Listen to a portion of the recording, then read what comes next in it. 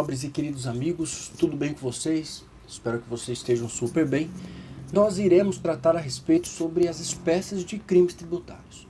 Mas antes de eu falar sobre as espécies dos crimes tributários, eu peço que você também queira, caso fazer a leitura do que eu estou falando aqui neste vídeo, que eu falarei, portanto, neste vídeo, para você fazer a leitura aqui, eu deixei disponibilizado, link aqui na descrição, o meu blog, né, para você conhecer um pouco mais de como eu escrevo e sobre temas importantes do mundo jurídico. Então, eu fiz uma coletânea ali sobre espécies dos crimes tributários e deixei lá também para que você consiga estudar também conosco, no finalzinho desse texto, algumas questões de concursos públicos, e deixei também aí para que as pessoas possam estudar também comigo e interagir também da melhor forma possível. Porque também, inclusive, tem gente de todas as espécies aqui, todo tipo também, que gosta de aprender temas do mundo jurídico, e isso vai fazer com que você consiga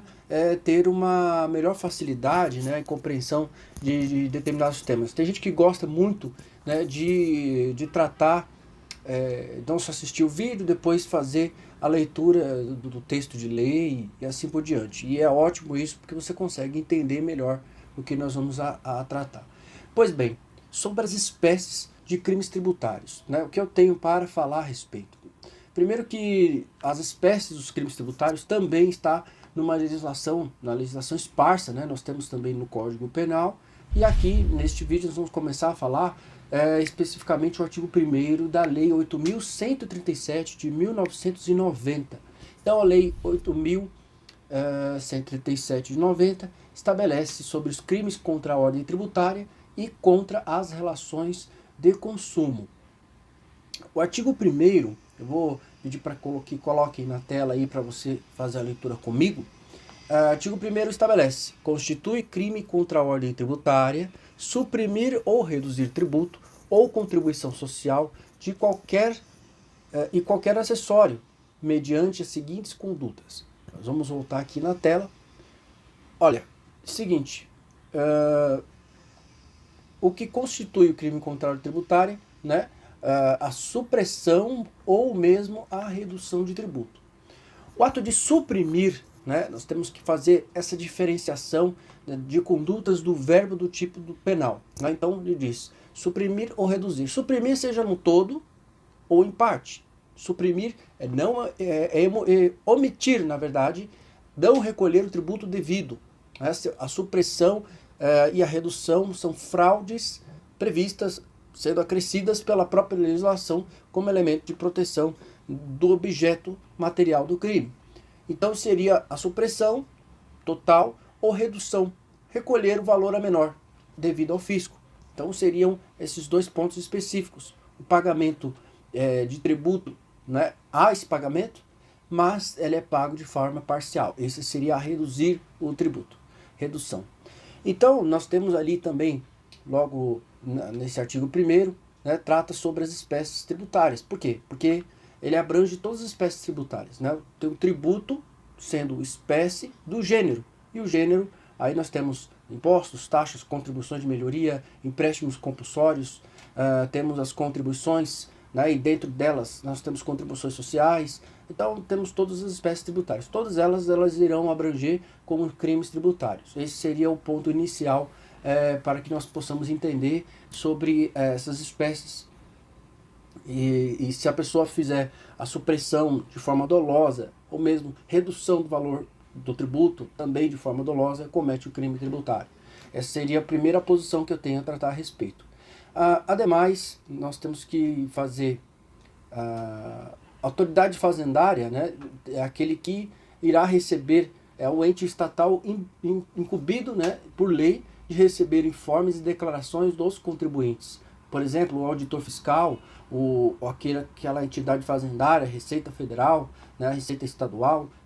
Então nós temos que observar a forma fraudulenta, né, de atividades sendo considerado como crime contra a ordem tributária. Então nós temos também os incisos que estabelecem, do artigo 1º, estabelece quais são os crimes contra a ordem tributária e sendo considerado como fraude, né, a ordem tributária, porque você está fazendo a supressão de um tributo ou a mesma uma redução de tributo.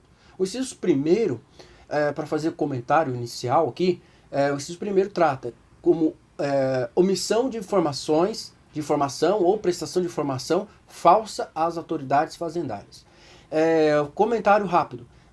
O que se diz respeito à questão de omissão, né? O ato de omitir informação é exatamente você deixar de apresentar, quando ele deixar de apresentar uma determinada informação como dado relevante sobre determinado fato gerador da obrigação tributária. Vamos dizer um exemplo: a omissão de entrega de declaração de informações econômico-fiscais, né, do tocante à pessoa física ou mesmo pessoa jurídica, e aí já comete um crime.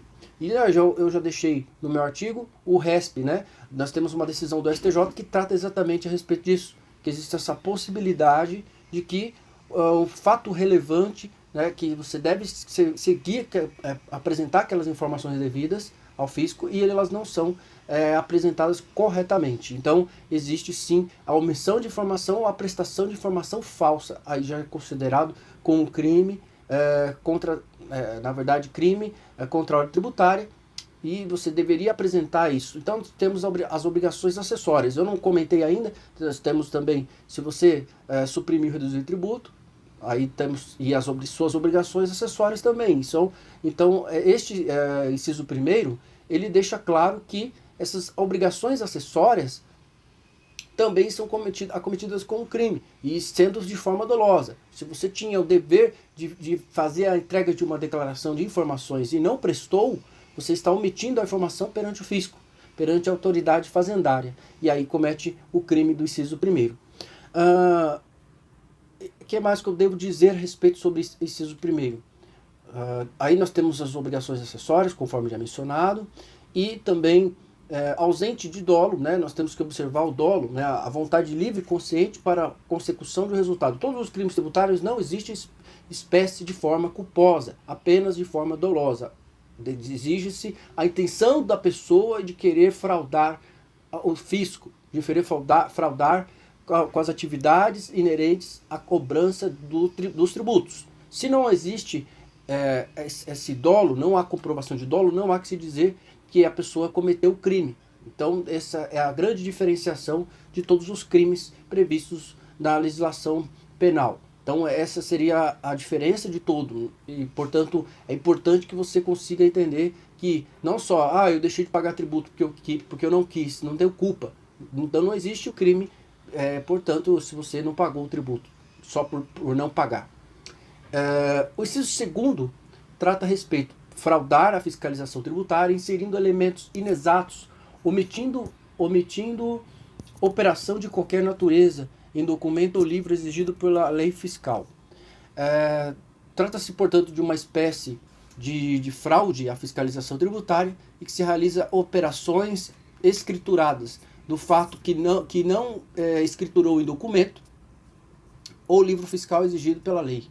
Então nós temos ali a dependência de uma norma tributária específica, que traz contornos. Então é considerado como norma penal em branco, ou seja, o que é um documento, o que é um livro fiscal exigido pela lei.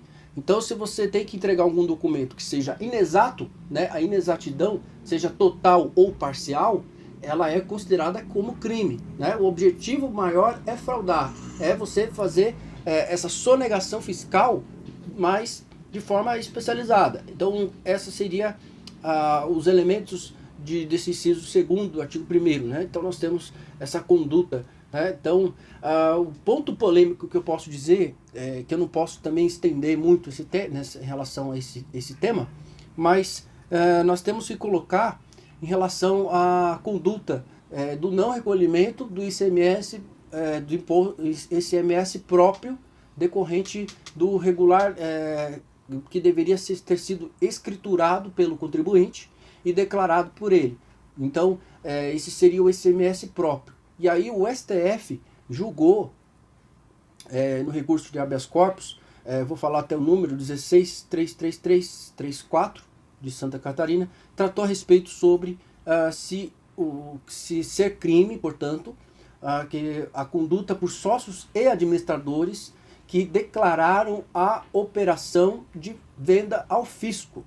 Então, havia a operação de venda ao fisco e aí deixaram de efetuar o recolhimento do tributo. Ou seja, eu marquei, houve uma venda, porém eu não fiz o recolhimento do tributo. Você fez de forma dolosa? Sim. Então eu tive um crédito tributário decorrente dessa operação. Então eu cometi um crime, porque eu estou levando uma vantagem aí em cima. Lógico que não existe na legislação qualquer tipo de vantagem. Se você obteve uma vantagem específica, será considerado como crime tributário. Não, nada disso. O que se diz respeito é que eu levei uma vantagem, eu tive um dolo, né, uma intenção de agir, né, em contrariedade ao disposto do artigo 1º, parágrafo 2º da Lei 8.137 de 1990.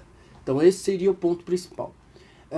O que eu tenho para dizer ainda, artigo 1º, inciso 3º, ele diz respeito a fiscalizar ou fazer alterar, né, a nota fiscal, fatura, duplicata, nota de venda ou qualquer outro documento relativo à operação tributável.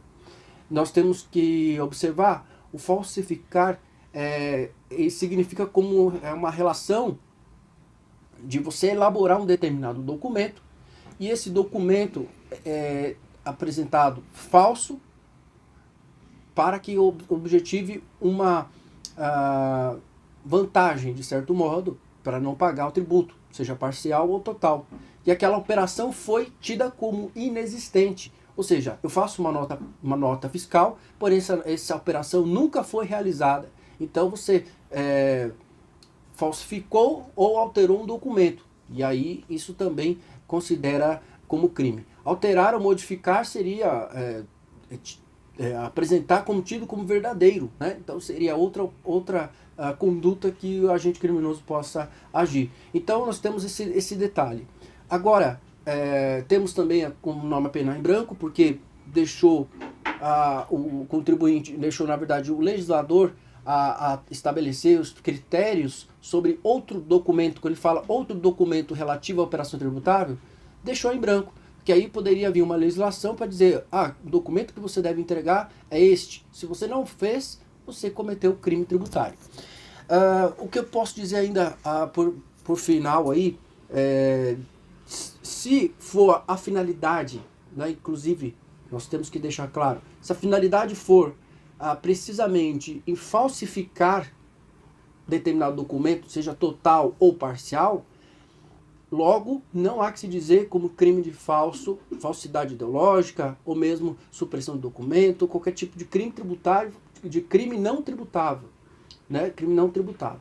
Então aí nós temos essa diferença de que o que é uma falsificação de documento, lá previsto no Código Penal, e aqui previsto na legislação, pela Lei 8.137 de 1990, e ela estabelece totalmente de modo diverso, porque se você tem a finalidade, o fim em si mesmo, em cometer, em fraudar, suprimir ou reduzir o tributo, já é crime tributável, crime tributário. Então esta que seria a diferença inicial. Agora, nós temos ali o artigo 1º, inciso 4º, trata elaborar, distribuir, fornecer, emitir ou utilizar documento que sabia, na verdade, ou deva saber falso ou inexato. Você leva uma vantagem porque você sabia que aquele documento era tido como falso, aí você elabora ou utiliza um documento e aí a consequência será a consideração como crime tributável. Crime tributado aí está caracterizado, né, como crime tributário.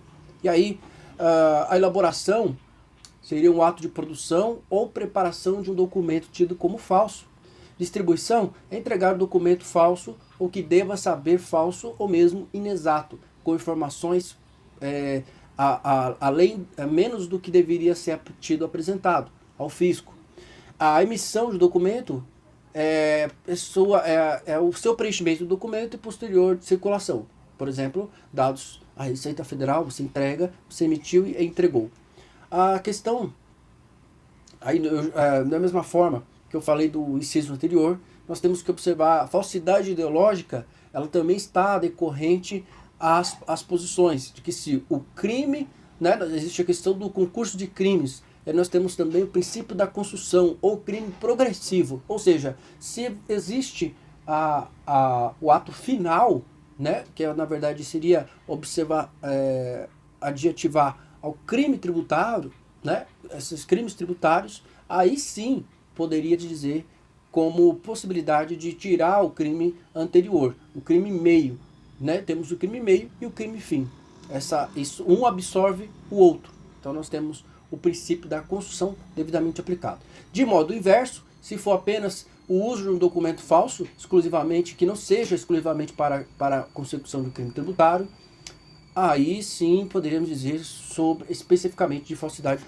No inciso 5º do artigo 1º, trata que negar ou deixar de fornecer, quando obrigatório, nota fiscal ou documento equivalente relativo à venda de mercadoria ou prestação de serviço efetivamente realizado ou fornecê-la em desacordo com a legislação. Note-se que o tempo do crime está relacionado às condutas tidas como fraudulentas. Então, sendo condutas tidas como fraudulentas, existe esta possibilidade de observar o ato de negar, né? Você recusar a fornecer uma nota fiscal ao cliente ou consumidor. Você que é prestador de serviço, você que vende um produto, você deve apresentar a nota fiscal. Se você não apresentou, não forneceu a nota fiscal, recusou de apresentar, não vou dar nota fiscal. E o que acontece? É crime tributário. Então existe essa possibilidade da pessoa responder por esse crime. Deixar de fornecer, né, nós temos que observar, é um ato omissivo próprio, não entregar a nota fiscal ou documento equivalente. Assim como fornecer em desacordo. Em desacordo com o quê? Com as normas administrativas e com as normas tributárias. Então existe, portanto, é uma posição em que existe uma conduta dolosa, uma vontade livre e consciente para objetivar o resultado final, que é, na verdade, negar ou fornecer quando é obrigatório, né, um documento, né, ou mesmo uma nota fiscal relativa a uma venda, né, por exemplo, o ICMS, conforme já numa venda específica, né, e trazer também em desacordo, em contrariedade à legislação em vigor. Este é o outro problema. O que eu posso dizer a respeito é que não só o crime se consuma especificamente com essa conduta, e não deve se diferenciar dos crimes, por exemplo, que você que é estudante, que estuda muito bem alguns crimes específicos aí, o crime contra a economia popular não tem nada a ver, porque se observa o bem jurídico a ser tutelado, né? Lá é outro tipo de espécie tributária, e não se deve se confundir também com a duplicata simulada, porque está previsto lá no artigo 172 do Código Penal. Essas são as diferenciações desse crime, né? Ademais, o que eu poderia dizer é que o ato omissivo causador do delito de mercadoria aquele que emite uma nota fiscal, né, ou documento equivalente, né, aquele que emite, só que ele emite de modo inexato, então já é um outro crime anterior que eu já mencionei, que é o que está pautado no inciso 3º. Agora, o inciso 4º é você fornecer um documento em desacordo, você agiu, porém, você agiu em contrariedade. Em vez de eu fazer um documento escriturado com todos os detalhes da nota fiscal, dependendo do estado, eu não emito aquele, não faço aquele documento obrigatório, o que pode ocorrer? Eu pego aquele documento e escrevo num papel em branco e entrego para a pessoa. Isso aqui é uma nota. E está de contrariedade à legislação em vigor. Por quê? Porque exige alguns detalhes para que seja considerado como nota em si. Tá certo? Eu vou encerrar esse vídeo agradecendo você que nos assistiu. Em breve eu vou continuar sobre o artigo 2º e vamos finalizar e vamos começar a tratar de outros temas que está em pauta aqui no nosso canal, tá bom? Se você tiver alguma dúvida, sugestão ou mesmo crítica aqui no meu canal, pode comentar aqui. E já deixei mencionado desde o início, existe aqui um link para você ter acesso ao artigo que eu escrevi a respeito dos crimes tributários em espécie, tá bom? Um forte abraço e até os próximos vídeos.